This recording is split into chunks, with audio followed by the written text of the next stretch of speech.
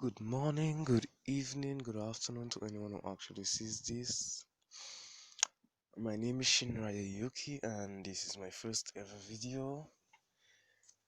Well, this, if you can't already tell, this is a what if about if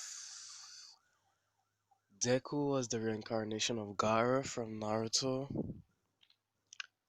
This is an inspired video. I was inspired by many what ifs I've seen already in the past, and also I haven't seen much of Gaara being Deku in the MHA world.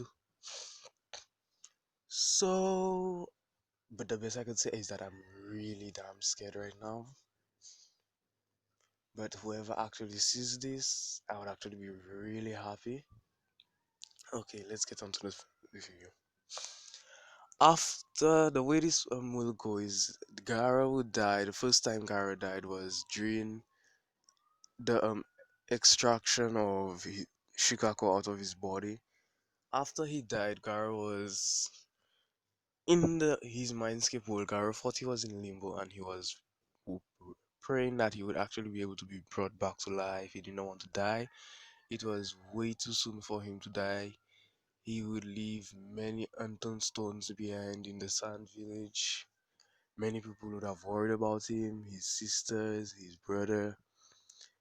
So then that's when Hagoromo Otsutsuki appeared, and Hagoromo spoke with Gaara and told Gaara that I have heard your wishes and your prayers to be brought back to life, and I can grant you that, but only under one condition.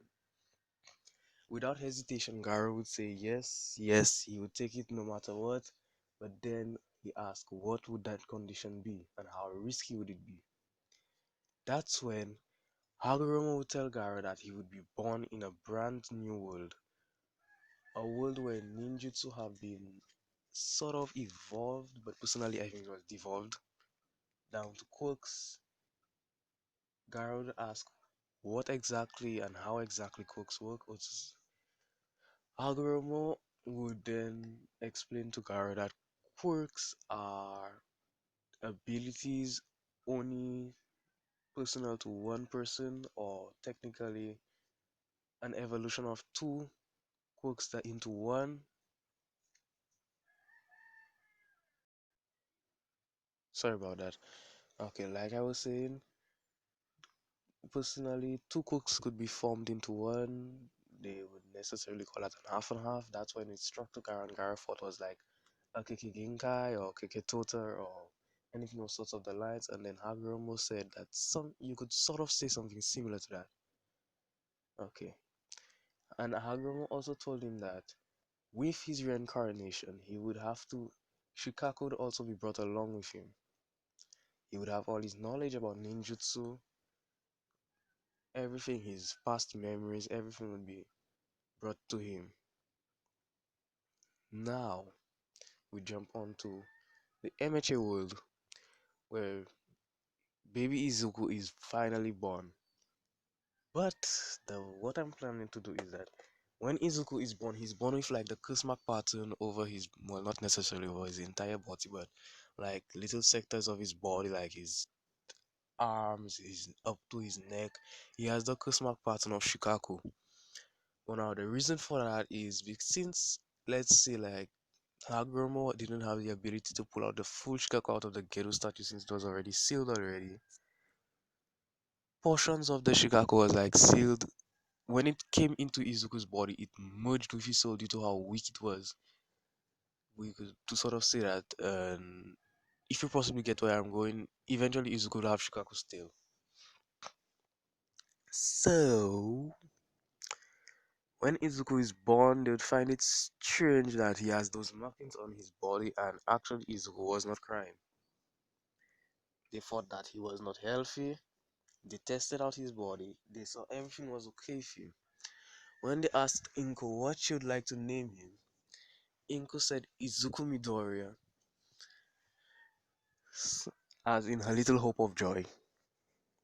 So, few days later, is Inko and Izuku were released. When Inko got home, that's when Izuku finally started to cry when she got home. She wondered what happened, more how she tried to comfort Izuku. He would continue crying and crying and crying, and eventually Inko would notice something like a pile of sand, like from the outside, coming through the window. Just not like anything exaggerative, but a little pile of sand would eventually come, and then the sand would like spread itself around Izuku like it was trying to protect him. And then that's when he would calm down and he would started giggling, and Iko thought to herself, a quirk so soon? That's what she had thought to herself. So then she thought maybe it was, she actually thought it was a quirk, but as we all know, it isn't a quirk. So, time skipped to when Izuku was 4, he went to the quirk doctor, and Izuku was proclaimed to be quirkless. Inko herself knew that that's very impossible. Like, throughout the 3 years she have been seeing Izuku being able to manipulate sand.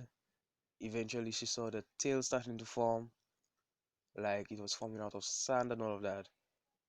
Then she saw the markings on Izuku's neck start to grow, on his arms start to grow. It evolved, it spread around his body once in a while. And then she noticed that Izuku had some an astounding strength, some of the sorts. So then she told the doctor that that is very impossible. She's seen Izuku manipulating sand. Izuku could break down materials into sand, such as iron, the ground itself. But it looks like it took a very heavy toll on him, which drained his energy quite a lot. Because we all know that was since he was young, still very young, sorry, that happened. So,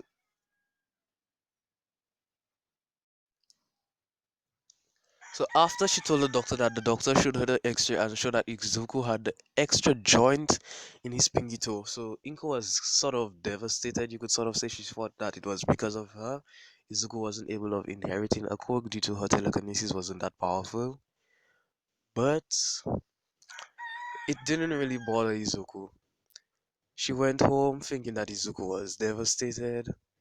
Now in this what if we'll say that Izuku wasn't really like a big fan of All Might.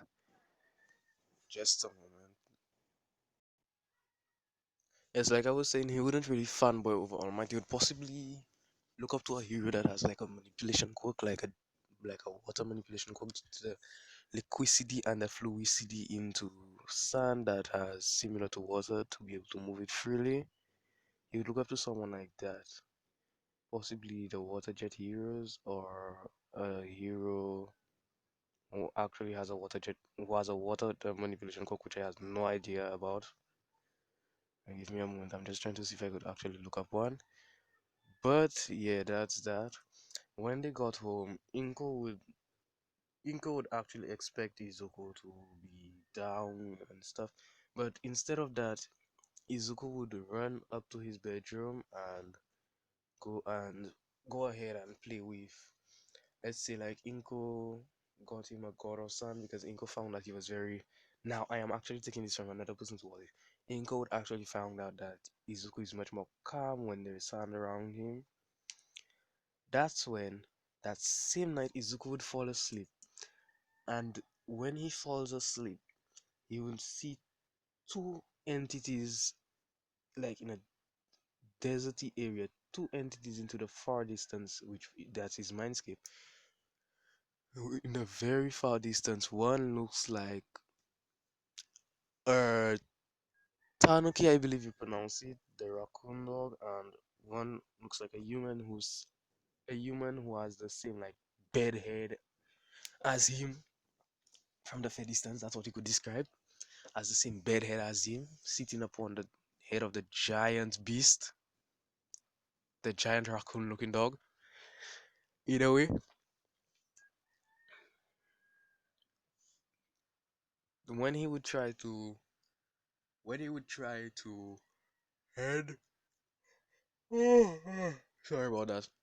When he would try to head towards these two entities, he would find himself being pulled back with like sand. Like he would see that the human looking entity would actually raise his hands up, and then sand would begin to pull. Izuku away. And then you would hear the second entity saying, instead of like a, what kind of voice does she got? Instead of like a word sounding voice, that it isn't time for us to meet quite yet. Sooner or later, when the time is perfectly right, we shall meet once again. Now it's time to wake up. That's when the sun would pull Izuku back down to himself, and Izuku would wake up and think to himself, what was that? But he's still young. Izuku doesn't bother about that. So he goes to play, he goes to meet his mother. His mother still doesn't really think that Izuku isn't feeling well. So she would prepare a wonderful breakfast for Izuku. Okay. So here we're going to have a time skip. Time skip to when, let's see. I'm lazy, so I don't want to do the end.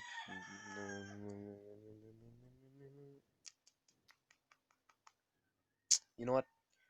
Time skip to the beginning of the anime, where the part where they tell us about Izuku supposedly is the end of junior high, I think it was, or and whatever school it was, where the teacher comes in, throws the papers nonchalantly up into the air and say that I know you all want to tell you a blah blah blah, and Bakugo being the big ass that he is, saying that don't lump me in with these losers teach. I'm the only one who's going to become a hero and blah blah blah. I'm going to be richer than All Might, and then that entire story, which we all know that's clearly not capably true, but he just wants to live his life of a fantasy. Okay, so then when they would before they head home, the same thing happens like in the anime. Bakugo would threaten Izuku to drop out of UA, but this Izuku wouldn't give not a fly's swat, not a fly licking its foot, nothing to that. Izuku would just ignore. When he is about to grab his notebook, Bakugo would then try to Bakugo would explode the notebook and try to throw it out the window. When he throws it out the window, Izuku would actually stretch out his hand like up in the air, and then sudden Bakugo would think like, what are you going to do about that? There is nothing you could do. That's when Bakugo would see the notebook actually floating in the air with sand particles into it back into Izuku's hand. And then Izuku himself would be astonished by that, but he knows that there is a possibility that he has a cook manifestation into him which allows him to manipulate sand. And Bakugo would be like, hey, stupid Deku, what the hell did you do? Then Deku tell him that it doesn't really concern him, that's none of his business. That's for Deku to know and Bakugo to eventually find out. So then Deku would go home. Now let's just say, for purposes, because I would find it really stupid for you to just walk for a damn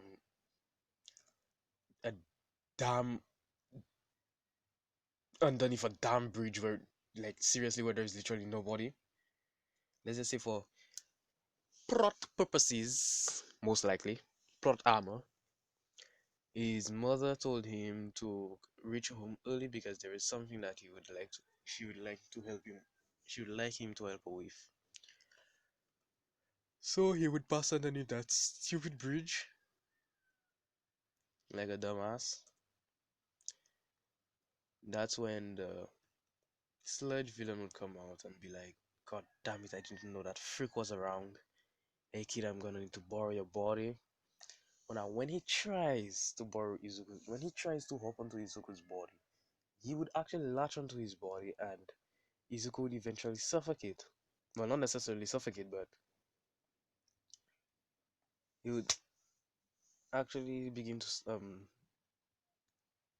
pass out. That's when he'll see the two entities again. But then after he sees them more clearly, much more, that's when one the human-like entity would be like, my name's Gaara Kazekage, a relic of the past, known a relic of the past from a different world from yours. I am from the world. I'm from the land of Shinobi, which will eventually evolve into your world right now. You are my, you Izuku Midoriya are my reincarnation.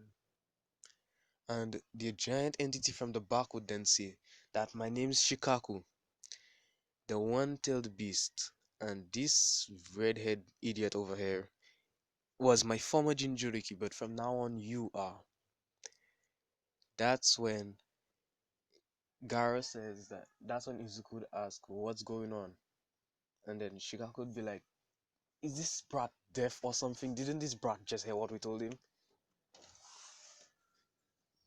That's when Gaara would be like, Shikaku, he's just a kid, take it easy.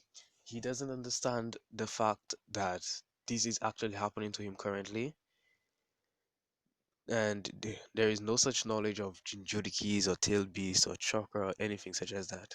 Although you and I are perfectly capable of sensing that the fact that chakra was then evoluted into this world and then became the quirk factors that which made up quirks, the energy which was used to create quirks and have quirks evolve and all of these things.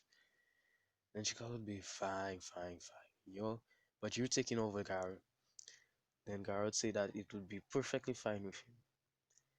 Then Izuku would ask once again, what is going on? What is happening to me? Who are you people? What are you doing? What the hell is wrong? What is going on? Izuku would just be shocked. That's when Garrett said, calm down, calm down. First, let's help you out. That's when Garrett would tell that's when Garrett would tell Izuku to raise his hand. Well, sorry, to shake his hand. When he shakes Gaara's hand, he would feel a sudden flow of energy going through his body. Gaara has finally passed on his chakra to Izuku, allowing Izuku to be like the full, let's see, the full awakening of a reincarnation. So when that happens, the sand, more sand starts to form. Izuku starts to grow. Izuku starts to grow Shikaku's tail, and then the crest mark like pattern that flows from the back from Izuku's neck would then flow onto that would then begin to flow down onto his back and onto the tail. So when that happens, Izuku would then raise his hand in like the pattern that Gaara usually does for the sun, where he would gather up, where he would begin to grind the earth that's underneath him, like in a small portion, in order to create much, much more sand. Then then the sludge villain would be like, what the hell is going on? Then eventually the sludge villain would find himself being encased into sand, and with Izuku's muttering these words, Grandson Mausoleum and Grandson Mausoleum and Sand Coffin. Due to the fact that he was a sludge, Izuku didn't really hold back. Izuku wanted to encase him. In order to encase him into sand, Izuku didn't hold back at all, which I don't really blame him though. With that happening, that's when All Might would then pop out of. That's when All Might would then pop out and say, "I am here."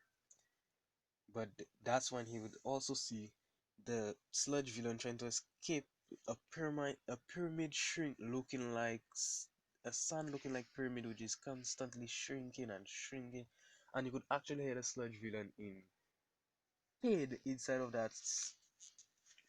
Then Izuku would then say sand coffin, which would then cut, and then sludge would splatter and splash all over the place.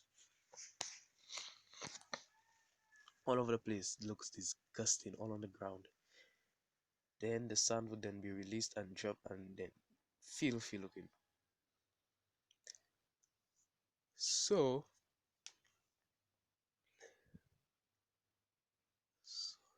so, that's what All Might would say. Now that's when All Might now Izuku hair would have turned red due to factory receiving due to the fact of the awakening due to his power and all of that. All Might would then believe that he is possibly a hero, so All Might would say, thank you, young hero, for the great help. Now I shall take over from here on now." Izuku would then say, "It was no problem, but actually I am not a hero, I'm just an elementary school student." All Might would say, "Really? Well, and that's quite a powerful quirk you've got there, kid. Are you planning to become a hero later on in the future?" Izuku would then say yes, and then when they would ask Izuku what is the name of his quirk, Izuku said that it's quite complicated to explain. Then All Might says, then that's alright. And that's when All Might would be done collecting the portions of sand that is mixed with the sludge in it. And then Izuku would then trying to find a cap. He is incapable of doing that. So then Izuku would just send his hand outwards, and then the sand would then begin to form the same way like in the not the Chunin exams or the Forest of Death when Gaara created that cap for his god. The sand would then he would clench his fist, and then the cover would be formed, and then he'd place it over it, and he told All Might that don't worry, as long as this is over, he won't be able to escape at all. All Might would then say thank you very much, and then All Might would hop off because his time limit was almost there.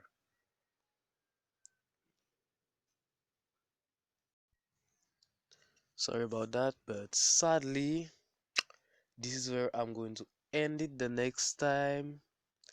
Depend on if I depend on the depend on if it's going to be okay.